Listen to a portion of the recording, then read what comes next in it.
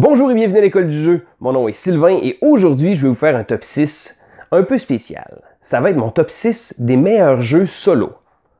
Mais là, il y en a quelques-uns d'entre vous qui vont se dire des jeux de société en solo. Ben oui, j'ai quelques petites choses à vous dire sur le sujet. Salut la gang! Salut la gang! Salut la gang! Et bienvenue à l'école du jeu.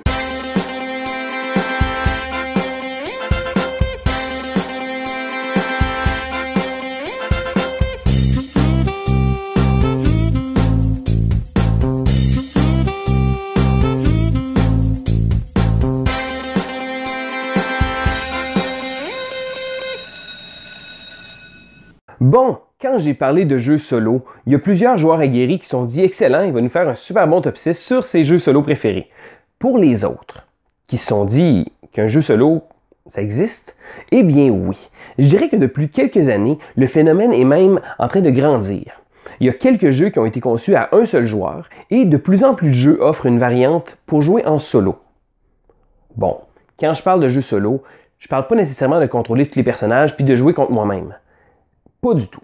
Parce que le jeu solo a vraiment évolué. Quand les gens disent mais pourquoi tu joues solo? Pourquoi que tu joues pas un jeu vidéo? Ben oui, je pourrais jouer un jeu vidéo, je pourrais écouter une série tout seul, je pourrais lire un livre tout seul, mais le jeu de société est vraiment quelque chose de différent.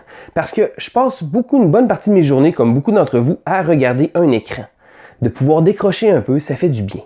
Et j'attaque un peu les jeux de société solo comme étant des espèces de petits casse-têtes qui sont amusants à résoudre pour essayer de réussir à optimiser la situation. En gros, il existe à peu près deux genres globaux de jeux solo. Les jeux qui vont nous permettre de battre notre propre score. Donc, on va jouer souvent des jeux de gestion, des choses comme ça, et on va essayer de maximiser au courant des cartes des choses pour pouvoir faire le plus de points. Il y a également d'autres jeux qui nous offrent un adversaire imaginaire, donc une intelligence artificielle. Ça arrive qu'elle soit contrôlée par des cartes, donc certaines cartes d'une pile vont permettre de pouvoir simuler un adversaire. Il y a d'autres jeux aussi qui offrent un paquet de variantes différentes pour pouvoir réussir à nous mettre des bâtons dans les roues, pour pas que justement on joue tout seul. Pour ma part, et là je parle pour ma part, je dirais que je suis un peu moins un fan des jeux où on fait le plus de points. Je dirais qu'il y a beaucoup de jeux, exemple, des jeux que j'adore, comme Agricola, Caverna, Le Havre, des bons jeux de Uwe Rosenberg d'ailleurs, mais que le but du jeu, c'est juste de faire le plus de points possible. Ça, je dirais qu'après une ou deux parties, je décroche un peu. Personnellement, ça me prend un adversaire, ça me prend un challenge, ça me prend des étapes à réussir à vaincre. Et je ne veux pas avoir peur de pouvoir perdre, parce que oui, je suis prêt à perdre. Il existe beaucoup de jeux coopératifs aussi qui sont excellents pour ça. Parce qu'on peut jouer tous en groupe, ou encore, on peut jouer une seule personne qui va contrôler différentes parties des décisions. À ce moment-là, ça devient comme une espèce de casse-tête à essayer de résoudre par soi-même. Le jeu de société solo n'est pas pour tout le monde. Les gens qui sont moins habitués, c'est certain que je leur dirais pas de sortir devant un gros jeu qui va prendre un paquet de place sur la table et qui va être vraiment long à jouer parce qu'ils vont décrocher. Mais pour les gamers, je dirais que ça rajoute un petit quelque chose de très intéressant. C'est pas tous les jeux qui ont une variante solo que je trouve intéressant. Il y a certaines personnes qui vont préférer des jeux plus rapides à sortir, plus courts à jouer, d'autres qui vont préférer avoir une table montée au sous-sol pour pouvoir avoir une partie qui va s'éterniser pendant des jours et des jours de différents jeux. Mais aujourd'hui, je vous présente mon top 6 à moi de mes jeux de société solo favoris. On va aller voir ça. En numéro 6, je commence avec le jeu Manhattan Project Energy Empire. Premièrement, ce jeu-là, je l'ai découvert il n'y a pas très longtemps. Mais c'est un excellent jeu de placement d'ouvriers qui offre vraiment beaucoup de possibilités. Le jeu vient avec une version solo où on doit battre un certain nombre d'objectifs pour pouvoir faire des points. Pour ma part, j'utilise une variante officielle qui existe sur Board Game Geek que le créateur lui-même a faite. Ça va probablement venir à une future extension, mais c'est la variante Clash of Nations. Mais qu'est-ce que ça fait Clash of Nations? On fait imprimer des cartes, éventuellement il va falloir avoir une extension, mais les cartes à chaque tour, quand on va les tourner, ils vont nous dire où placer un travailleur fictif. Donc, il y a un adversaire qui va venir se placer à différents endroits. Ça va faire en sorte qu'on ne pourra pas se placer où on veut. De plus, l'adversaire, l'intelligence artificielle, va souvent amener des jetons de pollution pour essayer de faire partir la partie la plus vite. Parce que le jeu se termine lorsque tous les jetons de pollution sont partis. Je ne vais pas aller dans le détail de toutes les règles, mais l'adversaire imaginaire fait en sorte de nous mettre beaucoup de pression. Ça nous limite dans le choix des qu'on a à faire, des options qu'on veut prendre, puis ça fait également beaucoup de pression pour terminer la partie. Donc, en 6e position, Energy Empire, mais avec la variante Clash of Nations. En 5e position, j'ai le jeu Role Player. Vous savez ce que j'ai dit auparavant, que je n'étais pas un fan de faire le plus de points puis d'essayer de battre mon propre score comme challenge solo? Role Player est l'exception à la règle. En fait, Role Player, qu'est-ce que c'est? C'est un jeu où on va lancer des dés, on va prendre des cartes pour essayer d'optimiser un personnage. Ça me rappelle un peu mes vieilles années de Donjons Dragons puis des jeux de rôle, du fait qu'on va passer notre temps à rouler des dés pour essayer de compléter une feuille de personnage avec différentes caractéristiques, et après ça, quand notre personnage est finalisé avec un paquet d'armes, un paquet d'armures, la partie se termine. Mais pour beaucoup d'entre vous, vous allez dire, okay, c'est plate. Non, au contraire. L'ancien rôliste en moi a beaucoup de plaisir à fabriquer des personnages dans le temps, à travers les époques, puis souvent des personnages qui ont pratiquement servi à rien. Role Player, c'est ça. Mais au final, qu'est-ce que c'est? On brasse des dés et on essaie d'optimiser les dés où qu'on va les placer. Le choix est variable. Les dés font en sorte que chaque partie est différente, mais c'est pas nécessairement des roulés de dés élevés qui vont faire en sorte qu'on va faire des points. Ça va être de réussir à gérer les bonnes cartes au bon moment. Mais encore là, il y a certaines cartes qui vont disparaître de temps à autre, ça veut dire qu'on n'aura pas accès à toutes les cartes. Il va donc falloir réussir à essayer de faire le mieux pour faire le plus de points. C'est l'exception à la règle concernant les points, mais Role Player est mon numéro 5. En numéro 4, je vous présente Terraforming Mars. Pour ceux qui ont écouté ma vidéo il n'y a pas si longtemps que ça, je vous ai parlé de Terraforming Mars. Je vous ai d'ailleurs dit que c'était un des rares jeux que je donnais la note de 6 sur 6 parce que c'est un chef-d'œuvre ludique, du moins selon moi. Mais Terraforming Mars nous offre une variante solo. Dans la variante solo, on va avoir un certain nombre de tours, 14 en l'occurrence, pour essayer de compléter tous les paramètres. Sans partir dans les règles au complet du jeu, pour terminer la partie Terraforming Mars, il faut que le pourcentage d'oxygène soit assez élevé, la température aussi, il faut avoir placé des océans. Mais là, on a de la pression de réussir tout ça en 14 tours et par nous-mêmes. C'est un excellent challenge, un super puzzle, encore une fois, pour réussir à gagner. Je dirais que le jeu est assez difficile, mais c'est la raison pour laquelle je l'aime autant. Donc c'était Terraforming Mars. En 3e position, on commence les grosses positions, c'est le jeu Shadowrun Crossfire. Shadowrun Crossfire est en fait un jeu pas tout à fait évolutif, mais au courant des parties, on va garder un personnage. Ultimement, le jeu, c'est un deck builder. La première fois qu'on y joue, on a l'impression que le jeu est vraiment difficile parce que, oui, il l'est, puis qu'on n'a pas vraiment le choix sur ce qu'on va faire. En fait, le jeu, encore une fois, est une espèce de petit casse-tête. Il faut réussir à savoir quand jouer les cartes au bon moment pour vaincre les adversaires. Qu'est-ce que c'est? On contrôle un runner ou deux en l'occurrence, donc moi je joue avec 2 personnages pour celui-là qui ont chacun leur main. C'est un jeu coopératif, ça se prête bien à ça. Les personnages peuvent s'aider pour essayer de vaincre des ennemis. Mais le jeu a vraiment une profondeur vraiment approfondie parce qu'au départ, on n'a pas l'impression, on a l'impression en surface que, bon, on fait juste jouer nos cartes, on essaie de trouver les bonnes cartes, on achète des meilleures cartes, mais le jeu est vraiment plus que ça. Il va falloir essayer de trouver une bonne stratégie puis d'utiliser la coopération. Bon, en l'occurrence, entre ma main gauche et ma main droite, mais quand on joue en coopératif, c'est la même chose. Il va falloir coopérer avec les autres pour essayer de pouvoir vaincre le jeu qui est très difficile. Le gros plus que ce jeu-là a, c'est que notre personnage, quand on va réussir une mission, on va pouvoir obtenir des points de karma qu'on appelle. Qu'est-ce que c'est le karma? Ça nous permet de faire de l'avancement. Après 5, 10 ou 15 points, on peut acheter des petits collants. Ben oui, un sticker qu'on va mettre sur une feuille de personnage. Mais laissez-moi vous dire que le jeu est tellement enlevant que ça ne me dérange absolument pas de coller des collants un peu partout. Puis la preuve, j'ai 2 personnages et en à peu près 45-50 parties, j'ai à peine collé 3 stickers. Le jeu est vraiment difficile, mais il vaut vraiment la peine, puis ça donne un goût de revenez-y. Il existe également une nouvelle version qui s'appelle Dragonfire qui est sortie à Gen Con. Personnellement, j'y ai pas joué, mais ça ressemble beaucoup à Shadowrun, mais avec un thème de Donjon Dragon. Ils ont également changé quelques petites mécaniques, puis ça va être à moi de le découvrir pour voir s'il va réussir à surpasser ce jeu-là. Mais pour l'instant, en numéro 3, Shadowrun Crossfire.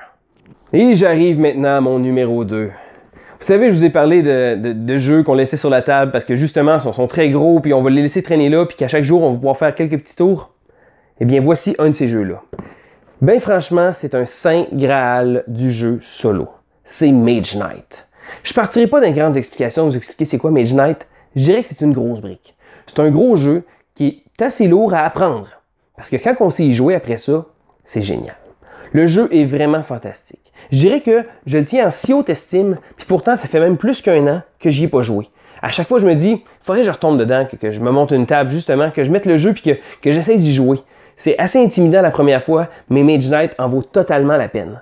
C'est le genre de jeu même que je saurais même pas si je voudrais vraiment jouer avec d'autres amis parce que le jeu est assez lourd, puis ça prendrait des gens qui connaissent le jeu un peu comme moi. Mais sinon, comme expérience solo, Mage Knight est vraiment une classe à part. Et si jamais vous êtes prêt à vous lancer dans les règles, à écouter des vidéos, puis essayer de lire, de pouvoir comprendre ce jeu-là, ça vaut vraiment la peine. C'est vraiment un chef-d'œuvre. C'est Mage Knight. Il existe également des extensions que vous pouvez avoir, comme Lost Legion, qui vont vraiment augmenter votre plaisir de jeu parce que là, en plus de faire l'émission, vous allez pouvoir affronter un général adversaire. Mais encore là, je vous en dis pas plus. Si jamais le jeu vous intéresse, je vous conseille vraiment de regarder. C'est un gros coup à donner, mais ça vaut la peine. C'est Mage Knight. Maintenant, avant de vous donner mon numéro 1, je veux vous parler de quelques petites mentions spéciales pour faire durer le suspense. Premièrement, vous allez remarquer, j'ai beaucoup de gros jeux quand même. Il existe vraiment beaucoup de petits jeux à un joueur qui sont vraiment excellents. Des jeux comme Vendredi, Onirim ou Hostage Negotiator ou même Lost Expedition qui vient de sortir il n'y a pas si longtemps que ça, sont des jeux qui jouent très bien à un joueur, qui sont assez rapides à sortir puis à jouer.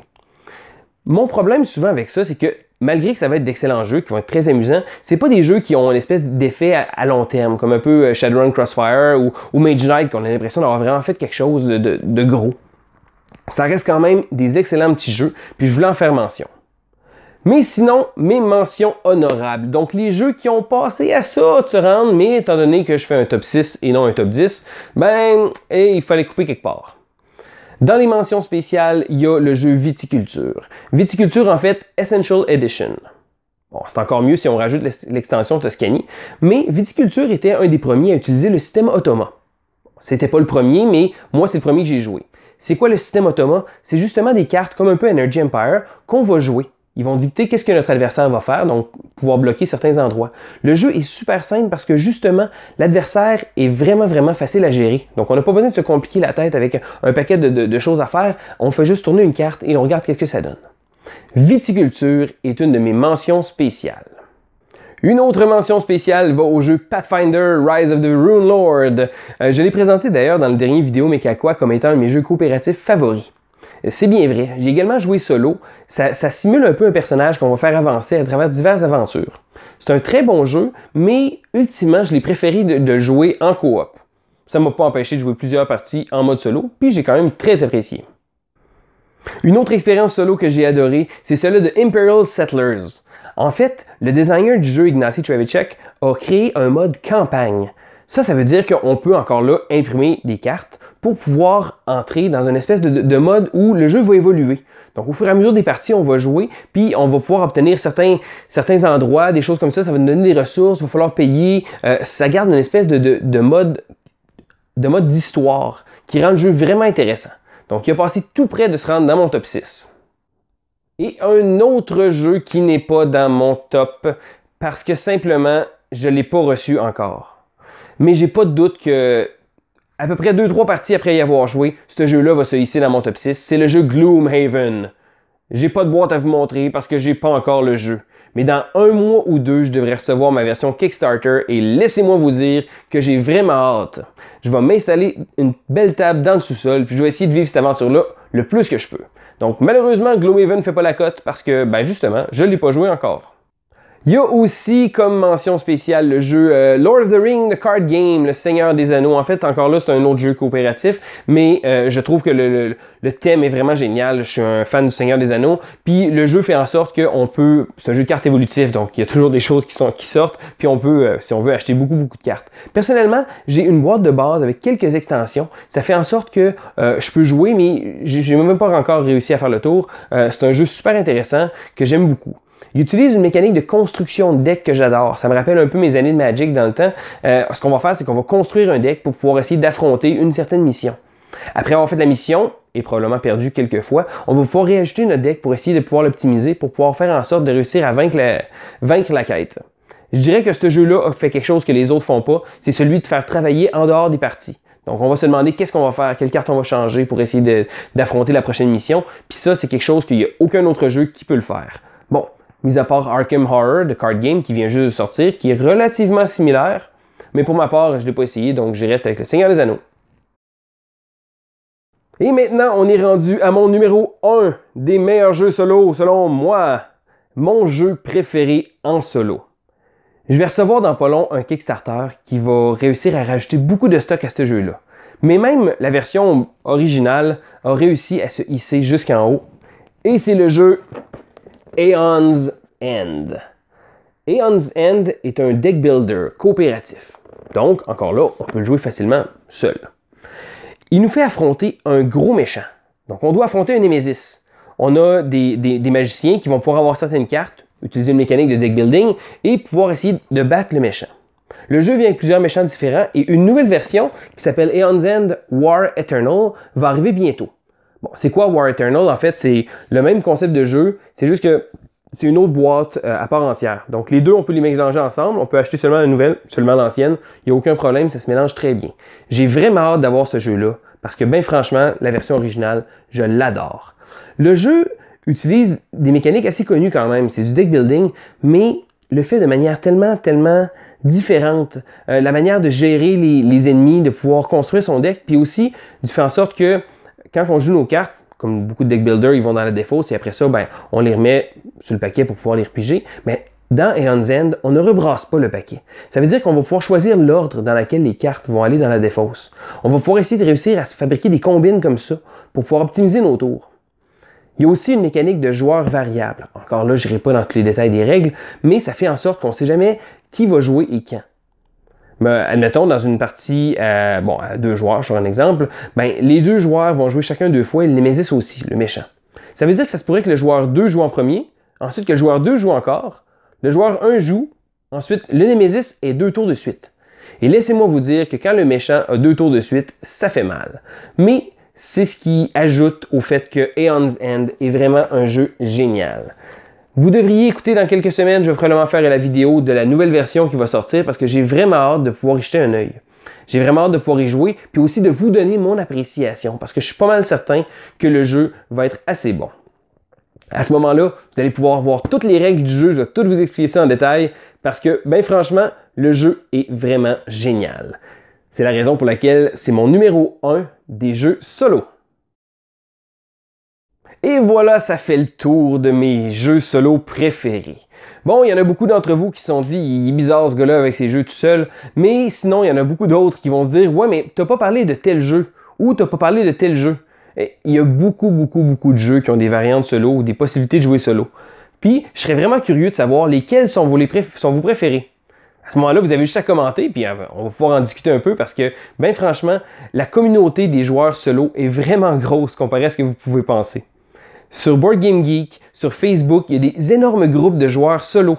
Ben ouais, on joue tous ensemble dans notre coin chez nous, mais la communauté est vraiment active. Il y a également des challenges qui se donnent pour certains jeux, donc des choses à battre. Les gens qui préfèrent les scores hauts peuvent mettre aussi leurs résultats sur différents sites et essayer de se battre. La communauté est vraiment unie. Ça fait drôle pour des jeux solo. Et voilà, ça fait le tour du sujet des jeux solo. Fait que, ben, c'était Sylvain pour l'école du jeu et on se dit à la prochaine.